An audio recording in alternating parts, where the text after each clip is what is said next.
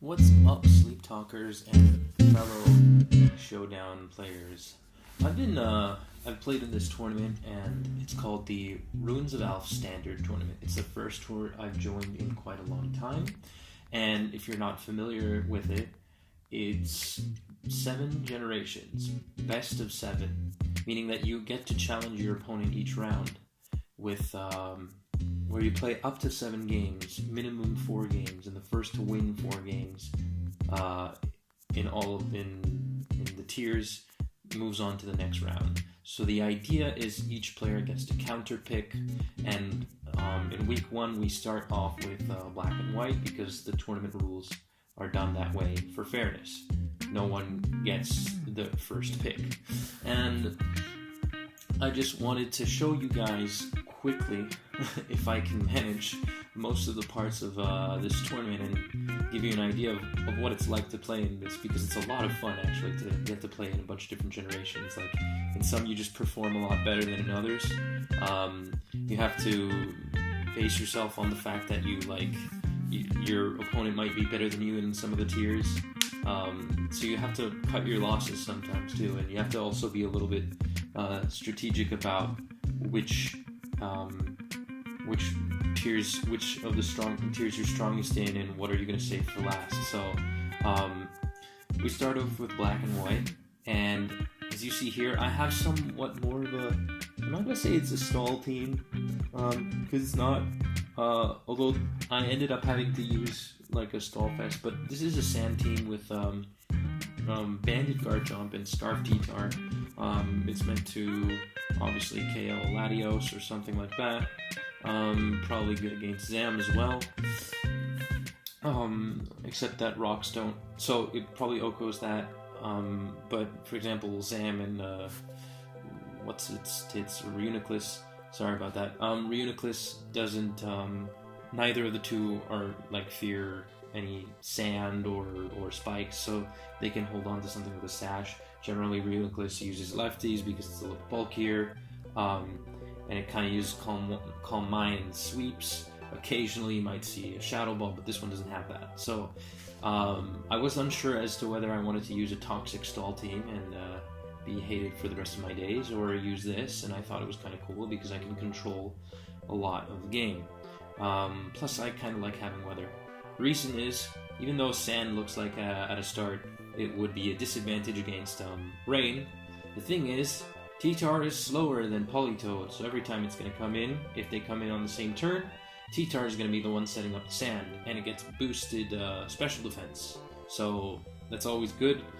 So you already see a lot of roll compression in that, and then there's Skarmory, which can kind of like block, doesn't really have too much of a hard time against this team in particular. There is a Volcarona, but again, it's a rain team, so it's kind of awkward to see Volk there.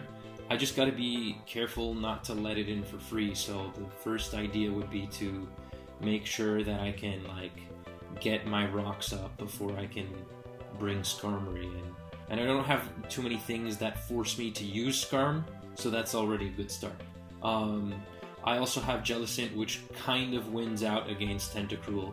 Tentacruel uses is the Rapid Spinner, so I basically have the momentum here as long as Jellicent doesn't get KO'd. I end up actually getting really lucky in this match, and unlucky, and then my luck kind of balances out the initial unfortunate outcome. But yeah, so starting off, we have, as I already anticipated, I lead it off with a T-Tar because I thought it was the best thing to go for here. Had he brought Politoed in, because sometimes people are very eager to do that. But good choice on the TheJFrenzy, as he brings Skarmory in. He wants to get his spikes up immediately. He notices I don't have a Defogger or a Rapid Spinner, so that was a really good choice. Thankfully, he didn't have rocks on the Skarm. I bring in my Heatran. I set up my own rocks. So fair trade, I guess. I go for Protect, and the reason is quite simple. If you're familiar with the BKC video on power of Protect, you get to use Protect. You can block things. You can basically force a Choice Scarf or Choice Specs user to reveal its move, and since I have a Water Absorb, I can easily just switch into Jellicent. I don't remember if I did that. I did do that. And the reason why is that even though he predicted, it didn't give him anything. He tried to switch out, or maybe he didn't predict. He was forced to do that, but I figured that he knew I was going to switch into Jellicent given the choice.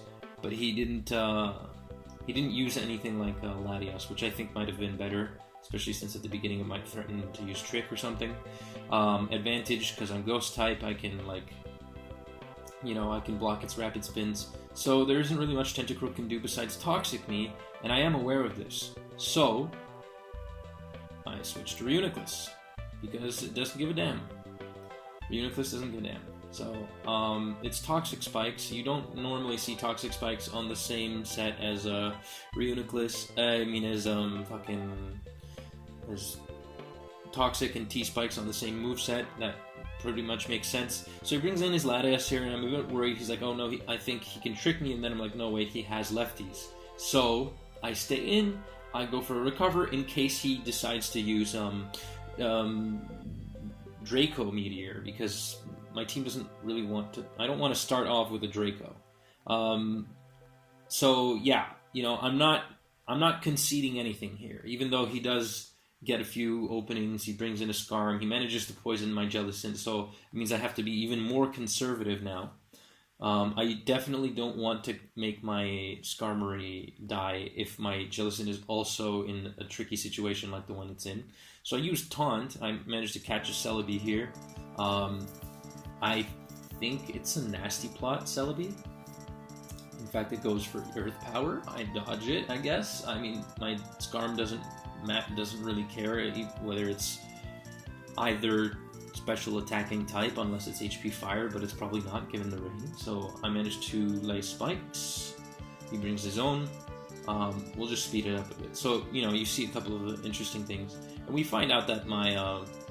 well, we don't actually find out in this point of the game, but my Skarmory is faster than his, so that'll give me an advantage later on. And at this point, I'm just throwing Brave Bird, because the only thing that really doesn't care about taking a Brave Bird is his Skarmory, which I outspeed. So, and here I managed to chip it a little more, and now Politoed, which is a Scarf or Specs, is in range, and I'm like, well, at this point it's really safe, because he's either going to sacrifice it, or he's going to use, like, Scald. Oh shit, I reset it. Let's go back to that turn there.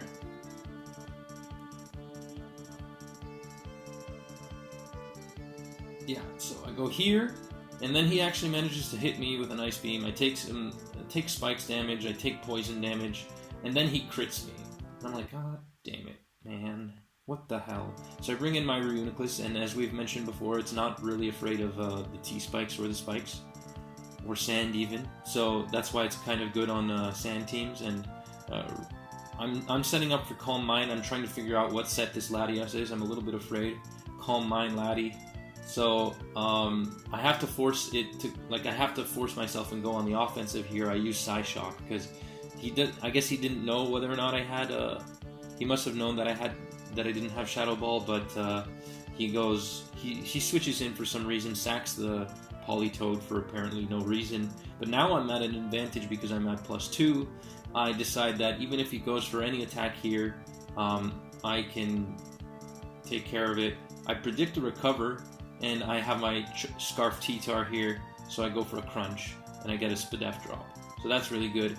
It reveals its move. It is not Draco Meteor. If it had been Draco, it might have KO'd the T-Tar, and that may very well have been game. I'm not sure. Skarmory probably would have survived. Luckily, I managed to hit it when it counts, so the Lati is not quite dead. It's also very fast, so if it can get a recover off, it can be very tricky for me. So I sort of choked, but it's also a result of my situation, having lost Jellicent and all. My Garchomp isn't really able to do all that much. So I keep my Heatran in here, and I'm thinking, well, yeah, I want to challenge this Tentacruel, so we can go through a couple of mind games here. So it comes in on a burn, so I'm taking advantage of the sand and the burn. I protect against his Rapid Spin, and then he goes for a second rapid spin. So I throw my rocks back on, and it takes more damage for it. So it's like a punish. Now I can go another turn with Protect here. Tentacruel has no form of recovery. He decides, he predicts me, and he goes for T-Spikes. Good choice. Although, in all honesty, it might have been best if I had just KO'd Tentacruel, and then... because my Heatran at that point would have had enough HP to like withstand a lot of attacks. The only thing I'd have to worry about is Celebi's Earth Power and maybe Latios Surf, but it would probably survive Latios Surf, so I would have gotten rocks back up. So kind of bad move on my part. He brings in the Volcarona, predicting me to switch out there, and as you see, I come in with Reuni. I'm like, oh shit, I have to attack it, otherwise I'm screwed. And luckily enough, Reuniclus is bulky and strong, so I don't have too many issues with that. In any case, even if Reuniclus had died, the Garchomp would have come in to save the day. Yeah, no, the Volcarona didn't really get to do all that much. And here, Latias is hanging on by the skin of its teeth, and we're in a tricky situation because Heatran's at 55. My Garchomp is at 100, but there's Toxic Spikes, 2 layers, so it can get poisoned and stalled and die. So now I have to kind of just 1v3 with this Skarmory here. I'm trying to think of a way I can find an opportunity, and as if that weren't enough, Celebi has Stealth Rock, like, who would have guessed? Honestly, I'm surprised even now, like, I was not paying attention as to who laid the Stealth Rocks, and as a matter of fact, my Heatran's in range of, well, dying, so it's a pretty tough situation. I stupidly get my Garchomp poisoned, but that's because I'm thinking that this Latias is going to screw me over. So then I just come up with a strategy. I'm like, okay, well, this Latias has about 9 recovers left. I can definitely beat this. I can stall it. So, essentially, if we go back to that other turn, it says Dragon Pulse isn't very effective and it inflicts 15%. So when it crits, at best it can do 30% to me. My Skarmory isn't really even special defense invested, but it's just that Latias is extremely weak. And he's not going for any Calm Minds here. I'm trying to be a little bit aggressive, and I can always phase it out if it decides to go for a Calm Mind, so that kind of punishes him more than it would me. But in all honesty, he might have been able to do something there and outplay me, but he doesn't. So he's not in range of a Brave Bird, but Brave Bird is still pretty strong. I have 18 of them, and he only has 6 recovers left, and he's constantly taking damage the more I Whirlwind him in, with him taking Sand added to the Stealth Rocks. And since it's a levitating Pokemon, it takes a little more percent. So moving on, as you see, I managed to stall him out, and then eventually, at a certain point, maybe we can go to turn like 80 or 85. We'll go to turn 85. So going to turn 85, it was kind of unfortunate because like a lot of misplays on my part led up to the game lasting a very long time. And this was the first game of the series, so you can imagine that it's kind of long. It's like, it's looking pretty good for me. Again, my Skarmory is faster than it. If his Skarmory were even able to speed tie with me, he'd have won, because he would have been able to Whirlwind my Garchomp and kill my Heatran. So, yeah. At least I was heavily relying on the fact that my Skarm could beat the Latias, so that way Heatran can beat Skarmory. But there's actually too many layers of spikes and rocks for it to survive anyways. I managed to eventually kill his Skarm, but as you see here, Heatran dies, so now I have no choice. I'm like, okay, I'm going to go with Garchomp here. Let's see what we can do. Fire Fang, I deal 55. He manages to roost up. I'm like, oh shit, there's nothing I can do. It's over. The game is over. He won. And luckily enough, I get a burn just to pay me for my troubles. And with that, it even has Rocky Helmet. Imagine that. With that, I managed to continuously chip it down, and even when I'm not attacking it, it's still losing HP. So he has to stay on his toes, and he can't do anything. He has Drill Peck, and even if he didn't have like Drill Peck or something, he'd die to burn. So yeah, that's game 1. And moving on to game 2, we play Sun and Moon. And so I bring a team that I kind of like a lot. It's a double grass offense. There's Kartana and Tapu Bulu. Yeah, so I'm going to try and zoom this in a bit so we can have it fit better. I have to swap sides here, but we're going to fix that right now. So we switch sides. I promise this game is a bit faster. It was a little bit long because I had to do a little bit of thinking, but yeah, in any case, if we go back to team preview here, we see that, I don't know, like when I see all these mons and all these threats, I have such a hard time piecing together like a game plan. But I've noticed that like my Mega Mawile is pretty good against this team, whereas my grass types aren't necessarily like stellar. Like I also don't like Celesteela all that much, but Celesteela does let my Heatran come in for free. So I just got to play around that, and I have to not be stupid against his Tapu Bulu, of course. Don't let it come in. So I have to be careful with the Rotom Wash, and I'll use my Lando and Rotom Wash to basically pivot into like Mawile, which can break a lot of things, as I already said. And eventually Mawile manages to chip down both Heatran and Latino, so yeah. So Pex isn't really too much of a problem for me here, thankfully. So he leads off with Lando, I lead with Lando, and I'm thinking for a good minute. I managed to... So I intimidated second, so in hindsight, maybe my first move wasn't that great, but I was thinking real hard as to what he could have been doing. If he had gone for an HP Ice, he may have very well been able to OHKO my Lando, but in hindsight, the Lando, I don't remember if it did all that much for me anyways. So, I go for an HP Ice, and the reason is because I don't care if he brings in Celesteela. I decided that if he brings in Celesteela, I'll just bring in Heatran and get my rocks up. So I do just that. I go for a Hidden Power Ice. Maybe I would KO the Lando. Oh no, I don't go for that. So I go for Rotom because I second guess myself, and I'm like, yeah, you know what? It's too predictable. It's too obvious. If he uses Earthquake, he's just going to KO my Heatran. So I go to Rotom just to not be too lame.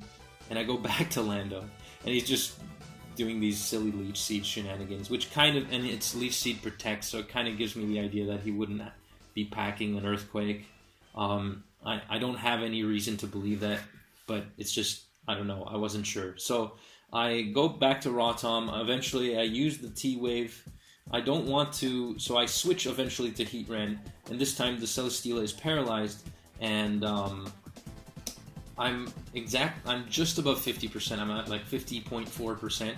Otherwise that would have activated my berry, and I just use Volt Switch instead of waiting for another Protect turn, because then I'd lose more HP and all that stuff. So I go for Stealth Rocks, and the Latias, it may very well be a defogger, I don't know. So I go to my Mawile in case he wants to do pull some funny tricks.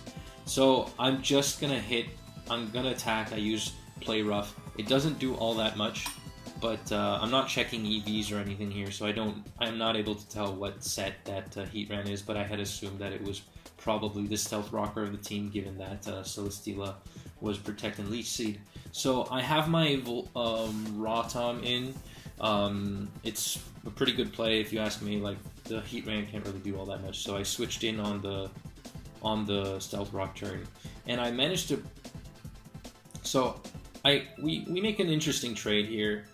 Toxapex, when not crippled, can be really annoying, so I actually go for the T-Wave, knowing that I'll get Toxic on my Rotom, which can be deadly actually. Not always an excellent move, but I also defog after that, and I see that he has Toxic and Skull, so interesting, I guess.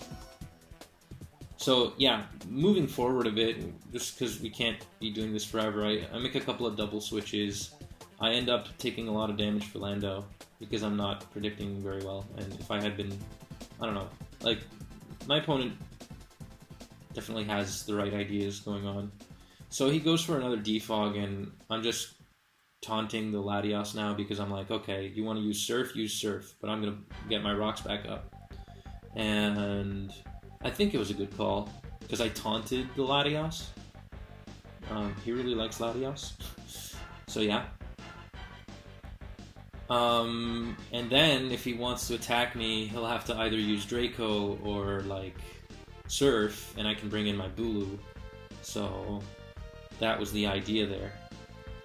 My Heatran is Spadef, so I can take that hit like a champ, bring in the Bulu. He uses Psychic, so Defog Psychic is interesting. I definitely would have kept Draco, but he doesn't do that, so I'm using Horn Leech just to preserve my Bulu a little bit, make it gain some HP back.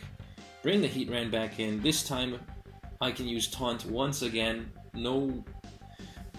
without any concern of the Laddie attacking me this time around, so it's kind of a good trade. I taunt it, and I can do the same cycle as before. I can bring back my Bulu, I can bring in Mawile, so I go for Mawile, just because it also threatens Celesteela.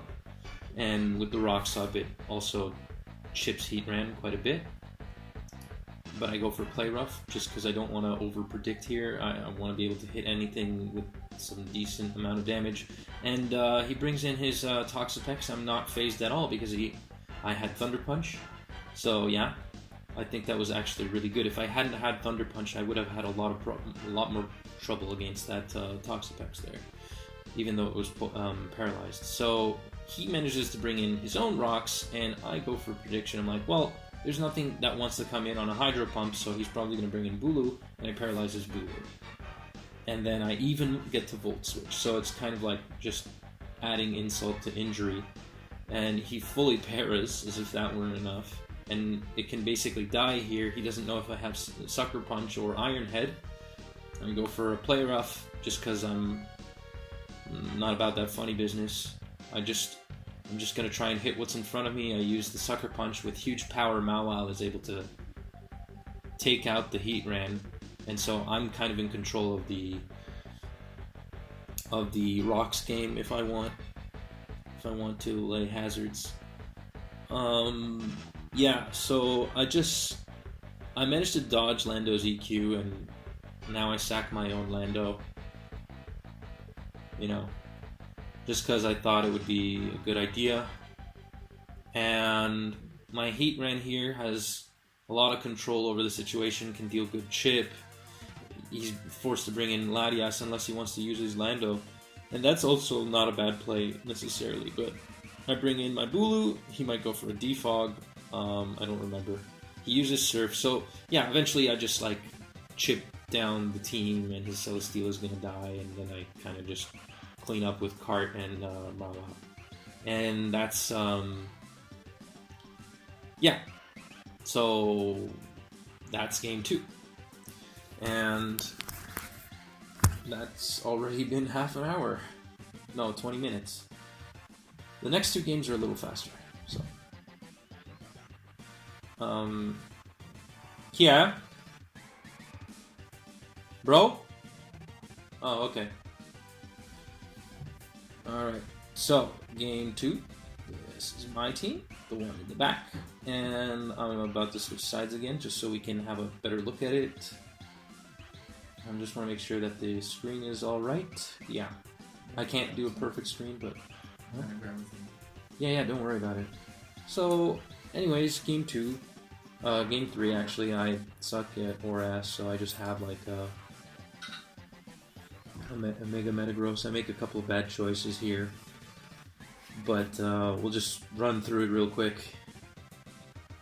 So, it leads off with Jelly. I go for Toxic. I don't know how good a move that was, but I just don't want to get scalded or anything. And just, like, if I'm going to get scalded, I at least want to punish the Rapid Spin blocker, even though I don't have a Rapid Spin user. But it's like a check. It's a consistent counter to Keldeo. Especially like Specs has a really hard time answering Jellicent.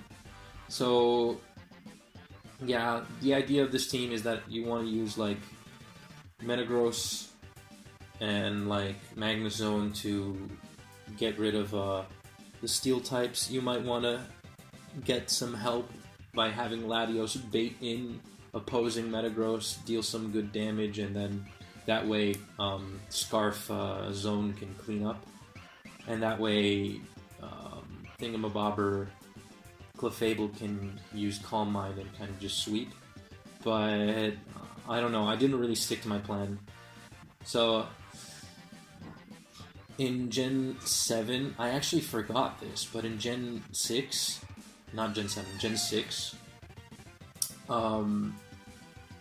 Latios always attacks before Mega Metagross. So on the turn that Metagross is Mega Evolving. That's because you start with the base speed of the Pokemon at the beginning of the turn and not with the base speed of Mega Meta. So he just goes for a Pursuit, which was a little awkward, if you ask me. And then I make a dumb play. So I have my thing, and I'm like, okay, I got this in the bag. Okay, Eddie Vedder, Magnezone is going to take out this Metagross. I won't have any issues. So I'll just use Hidden Power or Fire. Then he brings in his Keldeo. And I'm locked. And I'm like, oh shit. So I use my Clefable, and here's where I kind of choke, because my Clefable takes like Specs from a Specs Scald, and it was really took like, it got 2 hit KO'd, and I don't know, my team just fell apart here. I just can't seem to target anything correctly. My Keldeo just dies. And then everything dies to Hydreigon, so yeah. Hydreigon and Heatran, and yeah, so I just forfeit. So yeah, that was a much faster game than the first game. And if that was fast, then you'll love this. Because this game was ridiculously stupid. I used a team by Teal, and it's Gen 1. So here we are. And Teal made this Alakazam lead team, and he wanted to like make use of this Alakazam that kind of gets an advantage in a way because it can paralyze a lot of things. And if you think about it, Jinx, when it gets fully paralyzed by Alakazam, the odds of it actually landing Hypnosis are 55, which are pretty good odds in your favor. So out of those odds, 25% is Jinx either missing or fully paralyzing and doing nothing to your Alakazam. If you're against a Starmie, you can predict and go, well, it's kind of tricky with Starmie, you can stay in, and if you expect them to go into Chansey, you can switch to Exeggutor, and that's the initial game plan. That way you can kind of like put something to sleep, boom, and clear up for your Zapdos and Alakazam. It doesn't go that well. I'll let the game speak for itself.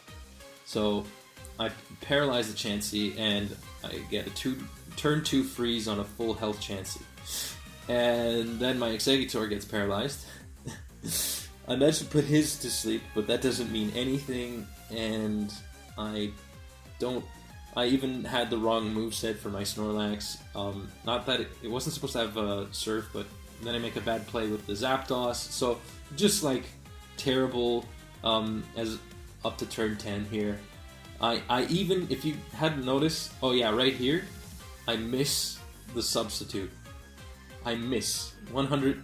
Imagine missing an attack, but then imagine missing it on a substitute.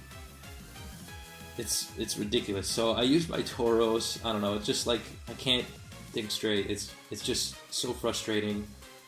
I get fully parried, and I have to face this Snorlax that probably has rest. So I'm hitting it, and then I'm thinking, okay, I'm gonna click self-destruct here. And luckily, I click it on the turn that he goes for. He gets a crit on me. So yeah, I can't seem to make any predictions because now he's using his Exeggutor as a status fodder, and the stupidest thing happens here. I'm just out of range, and I take another hefty 40% from his ride-on. So everything that could have gone wrong in this game just goes wrong. But I barely managed to bring it back, and then I kind of just lose. So yeah, it's 3v1. It was too hard. Zam can't really 1v1. On to game. So the idea was that I had practiced a lot of Gen 1, 2, and 4, and somewhat of 5. Like, all the games I'd played up until now besides Gen 6 were things I had some preparation for, but my main gen is Gen 2. And I think that Gen 1 was the next strongest thing for me. So I knew that going into the game that I could have gotten extremely haxed, and that if I had lost, I would get a counter pick and I'd get to pick my Gen 2.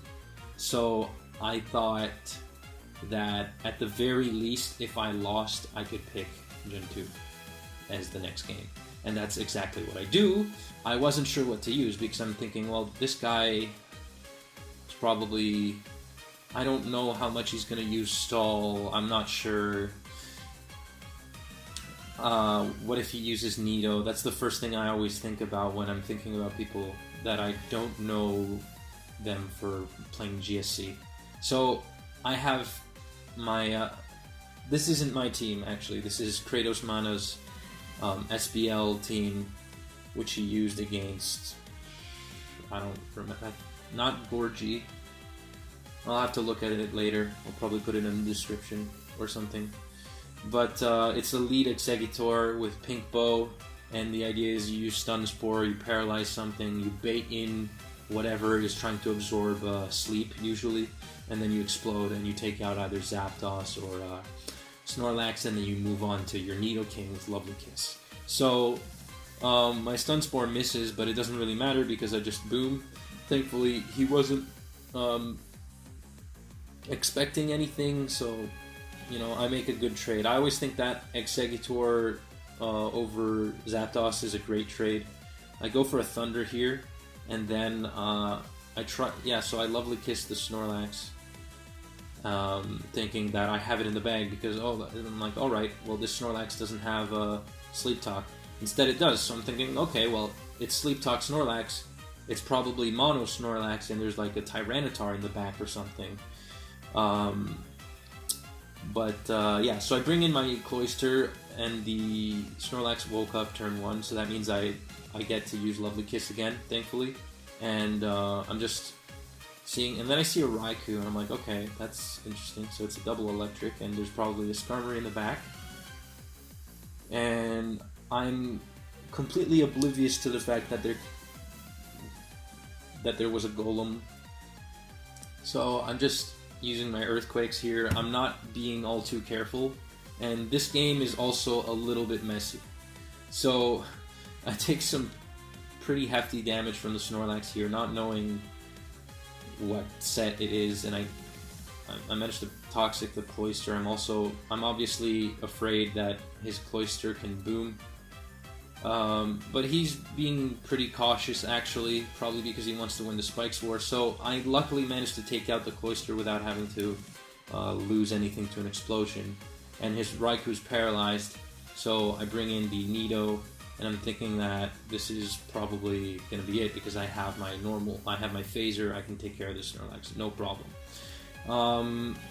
Unfortunately, it's not that simple. My Cloyd dies here to a crit Flamethrower, so it's Sleep Talk Flamethrower. At that point, I'm like, okay, T-Tar, go. And then I see my worst nightmare, a Golem. So, yeah, this is turn 22, and I already can foresee that this is going to be extremely difficult because I have to just not play stupid. I might risk losing Tyranitar just because I want to avoid him using Golem, having his Golem use Rapid Spin. So I'm kind of bringing in the Nidoking, not letting the Golem come in at all, but I also want the Golem to take damage. Sadly, I don't have Surf on T-Tar, otherwise it would have been a lot simpler. But yeah, so I'm just going for Crunch because I'm thinking I gotta hit this thing. but I'm also taking damage, and I'm like, oh god damn it.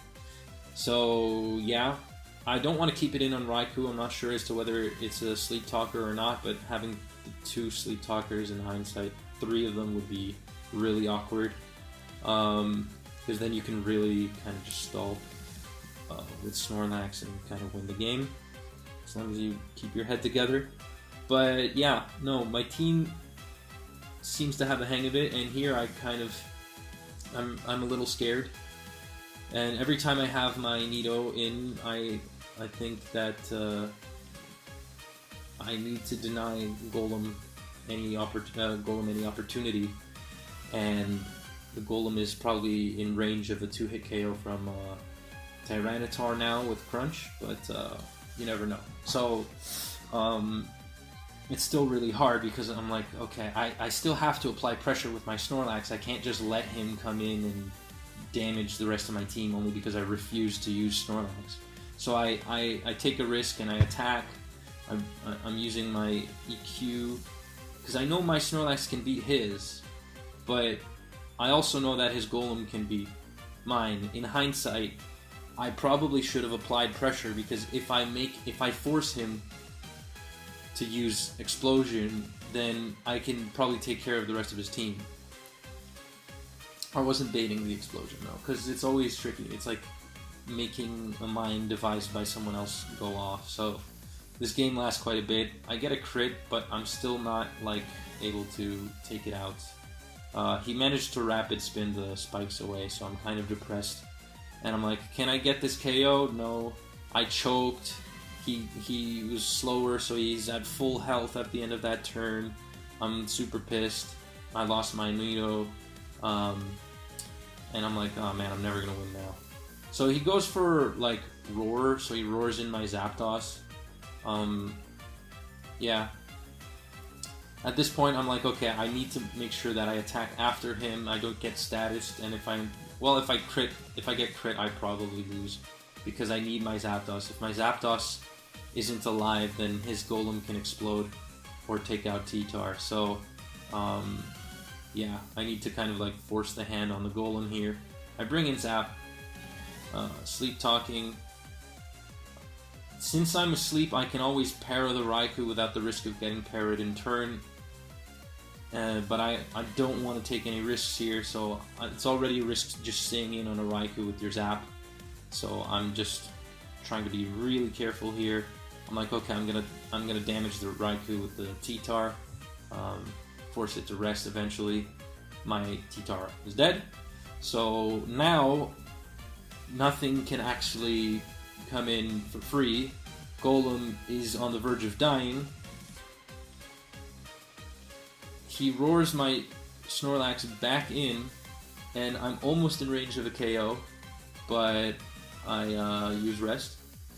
I know I'm not in range because he doesn't do 40%, and I stay in for one turn because I'm like, okay, he might use Roar, he's going to try and trick me, apply all that pressure, and yada yada yada. So I don't want that to happen. And he stays in with the Snorlax for some reason that defeats me entirely. And now I kind of have it in the bag, as long as his freaking Golem doesn't explode on my Snorlax. I'm just too scared. Way too scared. So, but I'm gonna try and bait it. So I use Curse. He roars out the Snorlax, and I attacked it. Now it's in range of death. He doesn't go for Explosion. He switches back into Raikou, probably predicting my my attack. So I have like some momentum going, even though there's the spikes, and I kind of hate the spikes. I don't mind Toxic as much, but I also have to be careful here, because if I let it take too much damage, then maybe Raikou can KO the Snorlax. So I gotta be careful. I go back in, I use Rest. At this point, I bait the Golem and he explodes. And I'm like, okay, we did it. I did it. I've won 3 games, because at this point, it's a Whirlwind Toxic Skarmory. He can't beat my Snorlax. And it was so painful just to get to this point, but I know at this point that there's nothing he can do to win. And yeah, wait, let's just enjoy the part where I crit Oko a Skarmory. You don't see that every day. Boom. Oh, that's so good. It's so satisfying. Yeah, and this game ends here. So that leaves us with one game left, or 2 games left potentially, and my opponent gets the counter pick. So we started off with a neutral pick in Gen 5, then he chose 7 and 6, and I chose 1 and 2. And he has to choose between 3 and 4. Lucky for me, he chooses 4, which is the next gen I practice the most, so I get my 3 best gens in a row. I mean, I guess if you don't count Gen 5 and 7. And this game turns out like this. I'm using one of the teams that you see in BKC's video from a year ago. It's August's Milotic team. It's a semi-stall or a balance team. It has a defensive Jirachi and a specially defensive Clefable that can basically wall Starmie. It's really good. So my first ever matchup against like lead Azelf is kind of interesting because I'm thinking about the fact that it can explode, it can do things. So I managed to get a para, and I know that it's going to go for rocks, so he does that. And I don't have like a Tyranitar to KO this thing, so I protect, and I regret it immediately because I'm like, what the hell happens if he has a Magnezone, and it turns out he has a Magnezone, and I'm thinking, shit, he has Magnezone. I can only imagine what he'll have in the back. If he has a Gengar, I won't be able to protect myself against this. So I kind of panic, and I'm like, okay, I gotta use Wish. Next turn I'm gonna either protect or damage the thing. He goes out, so he just switches directly into Gengar. At this point, I'm like, okay, I can stall this. I can see what it does, and I'm like, ah, shit, it's substitute Gengar. And it's dealing so much damage. I'm like, I don't like this at all. Because I don't have immediate recovery, but perhaps in hindsight, I should have done something better. I tried to predict a Shadow Ball, but it didn't work out. As you saw here, he Pain Split me to lower my HP and then goes for a Focus Blast. So my team is getting absolutely fucked up. I lose my Rocks, which made me absolutely triggered. And he brings in the Magnezone, threaten out the Milotic. Obviously, this Magnezone doesn't have HP Ice, but you never know. So, yeah. I go for Taunt, knowing that his Gengar can use Sub, so I don't want that. I don't want any of those shenanigans anymore. So I'm just gonna, like, what I basically do is I use Wing Attack, I chip the Gengar. Gengars are not particularly bulky. It has Life Orb, so it's also gonna just KO itself eventually. So I bring my my Lotic in. I have to switch out, so I go back to Jirachi. He's just, like, tormenting me. And what do I do at this point? I sack the Rachi. I'm like, okay, I don't give a shit anymore. Just take it. Like, this is too much torture. And I'm really scared about this Scizor as well, because I'm like, okay, Scizor could be faster than my Magnezone, which I have in the back, and it can have superpower, so I can be in a lot of trouble. I don't have a Scarf Magnezone. So I chip this Gyarados, which comes in. I bring in my Chris Cornell here, my Lotic. I'm absolutely terrified. I'm panicking. I'm like, oh my god, what's gonna happen? Like, this Gyarados, it can have Taunt. I've lost so many Taunt DD Gyarados before. I don't know what to do. So I bring in the Meaty Claws, my Gliscor, and it takes the explosion. I think it's a good trade, honestly. It's pretty good. So, I managed to bring in the zone, and he kills the thing for free, so that's really good. And at this point, I'm thinking about the whole matchup, and I'm like, okay, well, I don't know what this T-Tar is, and in all honesty, I probably could have brought in my Milotic. There was no reason why not to. But I don't do that, because I don't know, I was thinking of Banded Crunch or something. It doesn't look like it's banded. I promise you guys that this game is not going to last much longer. neither is the video. And yeah, he's faster, so it's probably something along the lines of a Scarf T-Tar. In fact, he doesn't change attacks, and he's not dealing a hefty amount of damage, so yeah, I kind of just stupidly sacrificed my Magnezone here, and this leaves me in an absolutely tricky situation, because if this thing is Taunt Gyarados, I may be screwed, because if it's Taunt, then my low tick will not be able to stall the Gyarados. And it's already kind of tricky to wall it. So if it is, then I can outrage it, but I'm not sure. So I don't want to I don't want it to do things for free. So I go in with my Flygon, and I use Toxic. It's Scarf, so even after a DD, it's faster, but I'm locked into it. And if I switch now, I may be screwed. So I don't know. I might not have been thinking, because if I take 2 waterfalls, my